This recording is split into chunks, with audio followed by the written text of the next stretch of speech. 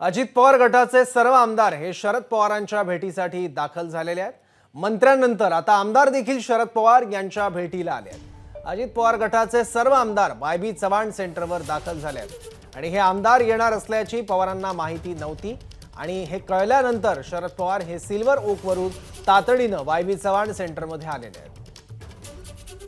आणखी माहिती घेऊया, अपडेट जाणून घेऊयात आपल्या प्रतिनिधी निलेश बुधावलेकडून। निलेश,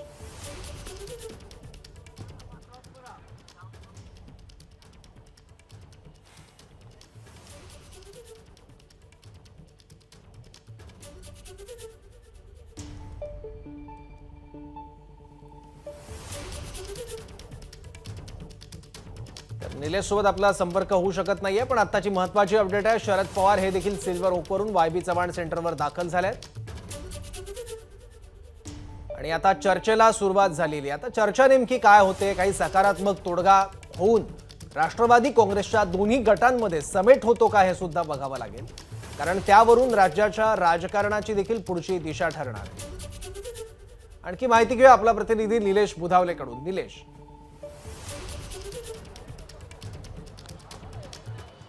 सौरभ, आताची एक महत्त्वाची अपडेट अशी आहे की खरं तर अजित पवार गटाचे आमदार वाय.बी. चव्हाण सेंटरला येणार आहेत याबद्दलची कुठल्याही प्रकारची माहिती राष्ट्रवादीचे अध्यक्ष शरद पवार यांना नव्हती।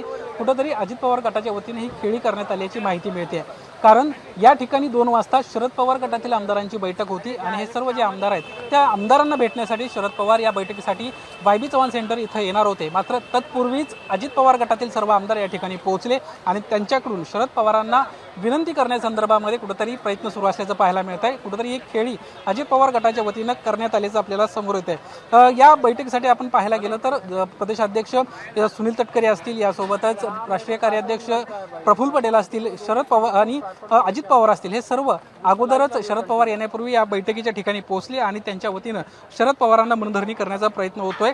आत्ताच्या जे अपडेट येते त्यानुसार कुठल्याही प्रकारे शरद पवारांना या बैठकीची माहिती नव्हती। अजित पवार गटाचे आमदार येणार आहेत याची देखील माहिती होती। ज्या वेळेस सर्व निलेश, थोडंसं थांबवतो। एक मोठी बातमी आहे की शरद पवार यांनी आता जितेंद्र आव्हाडांकडे या संदर्भात चौकशी केली आहे। माध्यमांचे प्रतिनिधी का जमलेत अशी विचारणा पवारांनी केली, म्हणजे पवारांना अजित पवार गटाचे सर्व आमदार वाय.बी. चव्हाण सेंटरमध्ये आल्याची माहितीच नव्हती का, प्रश्न उपस्थित होतोय। कारण ही सगळी गर्दी बघून शरद पवार यांनी जितेंद्र आव्हाड यांच्याकडे विचारणा केली की माध्यमांचे प्रतिनिधी इथे नेमके का जमलेले आहेत, इतकी गर्दी कशासाठी आहे। म्हणजे अजित पवार गटाचे सर्व आमदार यशवंतराव चव्हाण सेंटरला शरद पवार यांची भेट घेण्यासाठी आले किंवा येणार आहेत याची कल्पना शरद पवार यांना नसल्याचं यातून दिसतंय। निलेश,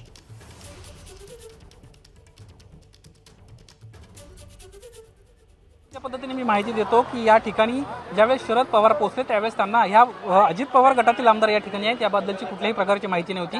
त्यांना जितेंद्र आव्हाड यांच्याजवळ चौकशी केली आणि त्यांना विचारलं की या ठिकाणी मीडियाकर्मी एवढ्या मोठ्या प्रमाणामध्ये गर्दी करून का आहेत। त्यावेळी जितेंद्र आव्हाड यांना माहिती दिली की या ठिकाणी अजित पवार गटातील आमदार स्वतः अजित पवार, प्रफुल्ल पटेल आणि प्रदेशाध्यक्ष सुनील तटकरे पोहोचलेले आहेत आणि ते आपली भेट घेऊ इच्छितात।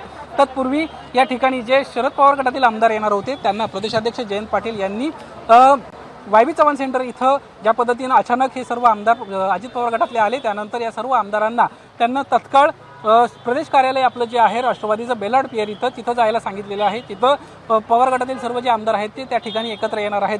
काही वेळामध्येच या ठिकाणाहून सुनील भुसारा असतील, जितेंद्र आव्हाड असतील आणि प्रदेशाध्यक्ष जयंत पाटील असतील ते वाय.बी. चव्हाण सेंटर या ठिकाणाहून निघतील आणि ते बेलाड पियर जे राष्ट्रवादीचं कार्यालय आहे त्या ठिकाणी जाताना आपल्याला पाहायला मिळणार आहेत। तत्पूर्वी आता शरद पवार आणि अजित पवार गटातील आमदारांसोबत शरद पवार चर्चा करतायत काय, ते आपली काय भूमिका घेत आहेत हे पाहणं महत्त्वाचं राहणार आहे। कारण काल ज्यावेळेस सर्व मंत्री भेटले होते त्या मंत्र्यांच्या भेटीनंतर शरद पवारांनी एका कार्यक्रमामध्ये स्पष्ट केलं होतं की भाजपसोबत जाण्याची आपली कुठल्याही प्रकारची इच्छा नाही आहे आणि ते विरोधी पक्षांची जी बैठक 17 आणि 18 जुलैला पार पडते त्या बैठकीला देखील आपण सहभागी होणार आहोत। त्यामुळे आमदारांकडून आता कुठेतरी अजित पवार गटाकडून प्रयत्न होत आहेत की आमदारांच्या माध्यमातून शरद पवारांना विनंती करायची, ती विनंती आता शरद पवार मान्य करतायत का आणि काय नेमकी भूमिका घेत आहेत हे पाहणं आता या निमित्तानं महत्त्वाचं राहणार आहे। सौरभ, बरोबर, पुन्हा एकदा आपण अमेयकडे जाऊयात। निलेश, तू सोबत राहाच। अमेय, कालचं सुद्धा आपण बघितलं तर काल सुद्धा भेट अजित पवार आणि त्यांच्या मंत्र्यांची शरद पवारांसोबतची अनपेक्षित असल्याचं जयंत पाटील यांनी म्हटलं होतं। कुठलीही पूर्वकल्पना या भेटी संदर्भात दिलेली नव्हती आणि आज सुद्धा पुन्हा तेच घडतंय। म्हणजे हा सगळा विसंवाद आहे का दोन्ही गटांमधला?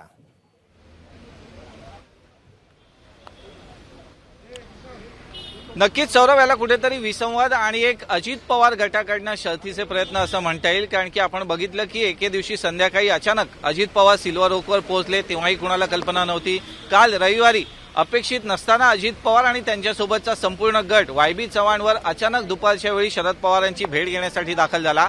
आज अधिवेशनाचा पहिला दिवस होता आणि आज सुद्धा सलग दुसऱ्या दिवशी अजित पवार एकटे नव्हे तर आपल्या सर्व आमदार मंत्र्यांसह इथं दाखल झालेले आहेत. त्यामुळे कुठेतरी शरद पवारांची मनधरणी करण्याचा अजित पवार यांचा प्रयत्न आहे आणि त्यांच्या गटाचा प्रयत्न आहे तो कुठेतरी सुरू आहे.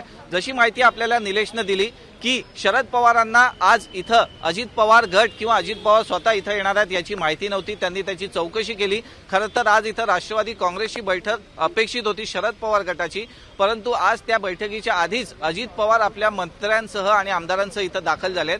त्यामुळे कुठेतरी बोलणी सुरू आहेत, मात्र ती एकतर्फी बोलणी आहेत का असा सवाल इथं पैदा होतोय, उपस्थित होतोय. कारण की जर शरद पवारांना अजित पवार येण्याची कल्पना नव्हती, मग अजित पवार वारंवार वाय.बी. चव्हाणचे उंबरठे का झिजवत आहेत असा सुद्धा सवाल इथं उपस्थित होतो.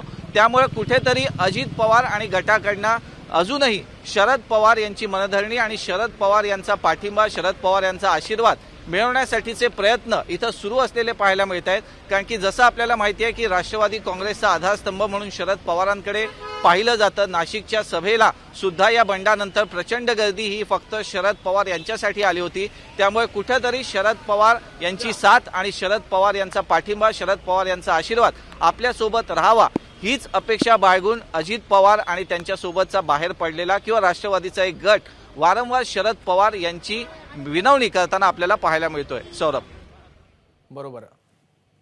पण अमेय, आता शरद पवार यांच्यासोबत जे काही नेते आणि आमदार आहेत त्यांना प्रदेश कार्यालयात शरद पवार यांनी जायला सांगितलंय, त्याचा अर्थ नेमका काय आहे?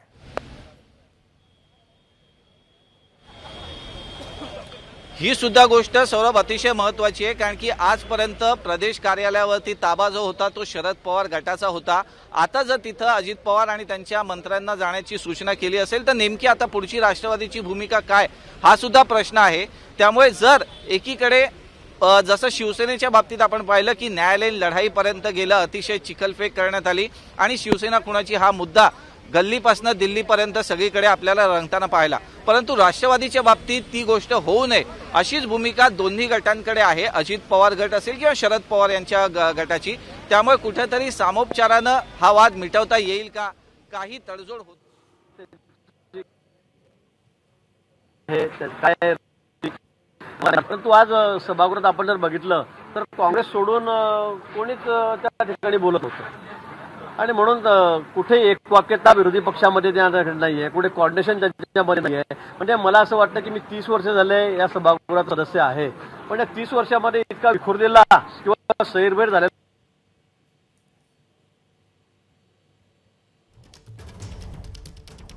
आता याबद्दल राजकीय वर्तुळातून नेमक्या काय प्रतिक्रिया येतात ते बघावं लागेल. पण आताची सगळ्यात मोठी बातमी की शरद पवार हे यशवंतराव चव्हाण सेंटरमध्ये पोहोचले आणि त्यानंतर त्यांनी त्यांच्यासोबत असलेले सर्व आमदार आणि नेत्यांना प्रदेश कार्यालयात जाण्याच्या सूचना केल्या आहेत. आणि यात सगळ्यात आणखी महत्वाची बाब म्हणजे अजित पवार समर्थक सर्व आमदार आपल्याला भेटायला येत आहेत याची कल्पना शरद पवारांना नव्हती.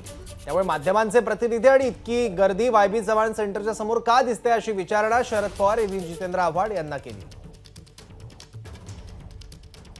पुन्हा एकदा जाऊयात आपले प्रतिनिधी अमेय राणेकडे. अमेय,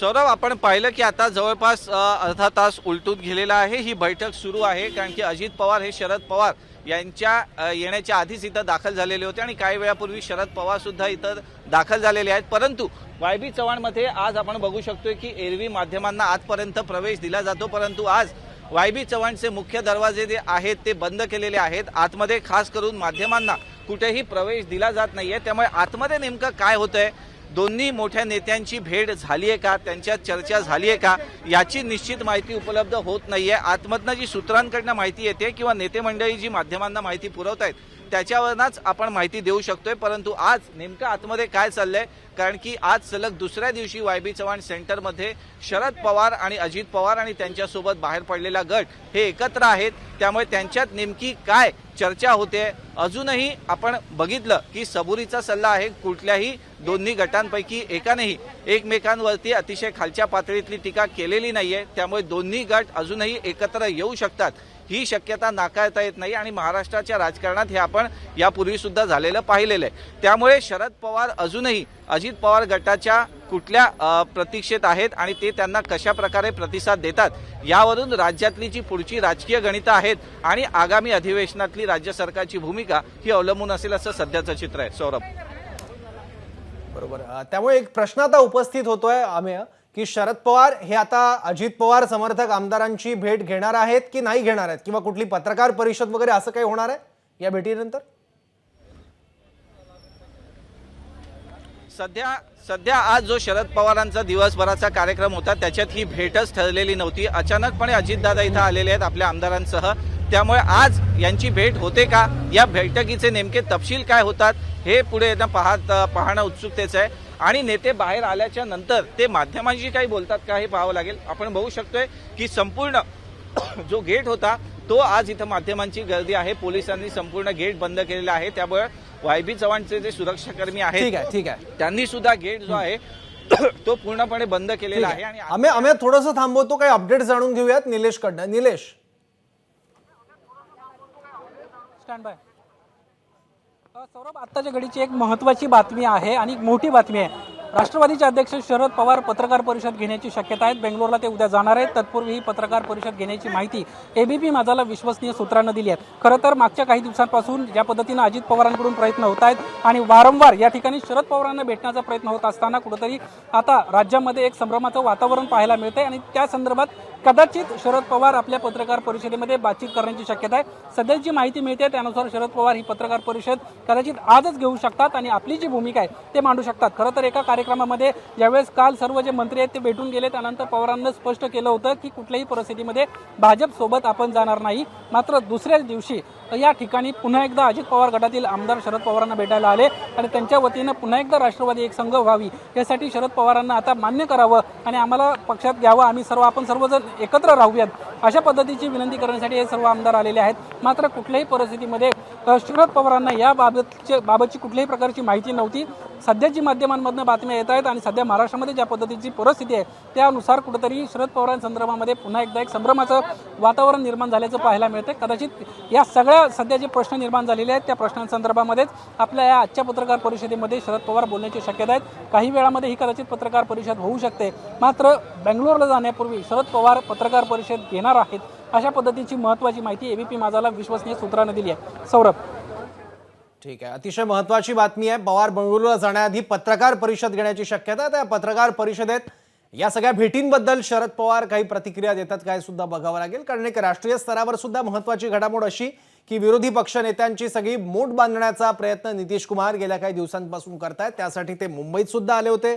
उद्धव ठाकरे, शरद पवार यांची देखील त्यांनी भेट घेतली होती। केजरीवाल सुद्धा त्यानंतर मुंबईत आले होते। त्यामुळे एक वेगळी आघाडी राष्ट्रीय पातळीवर भाजपला रोखण्यासाठी जन्म घेऊ पाहत आहे। पण दुसरीकडे शरद पवार यांच्याच सोबतचे काही आमदार त्यांच्याच पक्षातले बंडाचं निशाण फडकवत भाजप सरकारमध्ये सामील झालेले आहेत। त्यामुळे शरद पवार यांची आता भूमिका काय राहते हे बघावं लागेल, कारण दुसरीकडे राष्ट्रवादी काँग्रेसचे जे आमदार आहेत ते अजूनही संभ्रमावस्थेत आहेत। विधानसभेच्या अधिवेशनाला सुरुवात झालेली आहे विधिमंडळाच्या, पण तरी सुद्धा या बंडखोरीनंतर राष्ट्रवादी काँग्रेस पक्षातला संभ्रम या अधिवेशनादरम्यान सुद्धा बघायला मिळतोय।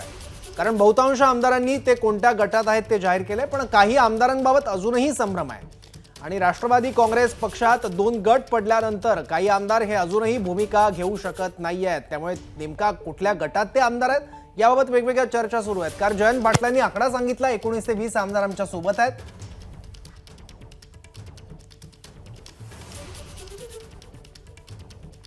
तर ज्येष्ठ राजकीय पत्रकार उदय तानपाठक यांच्याशी याचबद्दल संवाद साधून माहिती घेतली आहे आमच्या प्रतिनिधींनी, पाहूया। हेच गंभीर आहे ना। बरं, कसं आहे, कार्यक्रमात जे बोलले ते बोलतानाचं कुठलंही फुटेज मी तरी बघितलेलं नाही आहे। ते कोणीतरी सांगितलं, कोणाला तरी बोललं, असंच आहे सगळं। ते स्वतः काय बोललेले असं बघितलेलं नाही, कोणीच बघितलेलं नाही। तुम्ही असेल तर मला माहीत नाही, कारण आजच्या जमान्यामध्ये कोण कुठे बोललं ताबडतोब त्याचं बाईट आणि दिसतं आपल्याला, ते तसं काही दिसलेलं नाही आहे। आणि आजही मी ते आतमध्ये काय झालं ते पवार काहीच बोलले नाही आणि ते स्वतः बोलणार पण नाहीत। ते त्यांना तशी गरज वाटली नसेल बोलायची। तुम्ही तुमच्या पद्धतीने हवे ते अर्थ लावा, आणि तेच माझ्या सोयीचं आहे असंही असू शकतं ना ते. जाणूनबुजून हा संभ्रम निर्माण करण्याचा प्रयत्न होता का? कारण ते स्पष्टीकरण देत नाहीयेत, संभ्रमाचं वातावरण निर्माण करतात. संभ्रम कोण निर्माण करतं हा प्रश्न आहे. ती बाजू का ही बाजू. आता संभ्रम कोण निर्माण करतो आणि संभ्रम ज्यांच्याकरता हे केलं जातं आहे की जिथे संभ्रम निर्माण व्हावा, तर त्या लोकांनी विचार केला पाहिजे की संभ्रम निर्माण करायचा का आपण काय ते पक्की समज करून घ्यायचा. हे लोकांनीच ठरवलं पाहिजे आता याच्यामध्ये काय ते. सर, एक पाहायला मिळालं, शिवसेना फुटल्यानंतर ठाकरेंकडे जे काही आमदार होते ते सर्वपरच आक्रमक पाहायला मिळाले. तीच आक्रमकता शरद पवार गटाकडे असलेल्या आमदारांना पाहायला मिळालं नाही. काही आमदार आलेच नाही. आज सुजन मोहनच्या पायऱ्यावर उशिरा पोहोचले. नाही, कसं आहे, आता आज अधिवेशन सुरू झालं आहे आणि साधारण सगळ्यांना कल्पना होती की आज कामकाज होणार नाही, कारण श्रद्धांजलीचा दिवस होता आज. उद्यापासून पुढे काय होतं हे कळेल. मुळामध्ये कुणाकडे किती आमदार आहेत हे अजून स्पष्ट झालेलं नाही आहे. हे प्रत्येकाचा दावा असा आहे की आता काल जयंत पाटील म्हणाले की आमच्याकडे 29 आहेत, काय 18, 19 काय जे काय आहेत ते. हे म्हणतात तिकडे फक्त 8च राहिलेले आहेत. आता काय नक्की कुणाकडे आहे ते प्रत्यक्ष सभागृहात जे व्हायचं आहे तिथे कळेल आपल्याला ती संख्या काय आहे ती. आणि ते सगळं जे आहे ते अध्यक्षांच्या हातामध्ये आहे. विधानसभा अध्यक्ष हा या अधिवेशनाचा मुख्य हिरो असेल. काय अनेकांची म्हणजे चर्चा सुरू आहे की ज्या प्रकारे शरद पवार भूमिका स्पष्ट करत याचा अर्थ ते NDA सोबत जाऊ शकतात अशा पद्धतीने सुद्धा. नाही, अजून हे फार लवकरचं म्हणणं होईल. ते लगेच जातील वगैरे असं काही हे नाही आहे. पण ते काय जाणारच नाही असंही सांगता येत नाही. शरद पवार आहेत ते, त्यांच्याबद्दल कोणी काही कुठल्या प्रकारचं आपण हे करू शकत नाही. कुठले अटकळ बांधून ते होईल असं मला नाही वाटत त्याच्यामध्ये. आणि फार लवकरच होईल आत्ताच लगेच NDA जातील वगैरे. ABP माझा, उघडा डोळे बघा नीट.